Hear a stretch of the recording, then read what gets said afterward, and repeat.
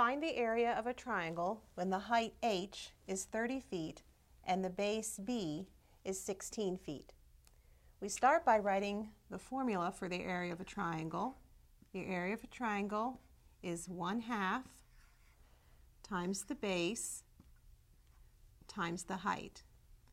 And then in that formula we substitute 30 feet for the height and 16 feet for the base. So the base is 16 feet and the height is 30 feet. And then we simplify. We can actually separate this and look at this as 1/2 times 16 times 30 times feet times feet. And we work with the numbers separately. 1/2 times 16 is 8.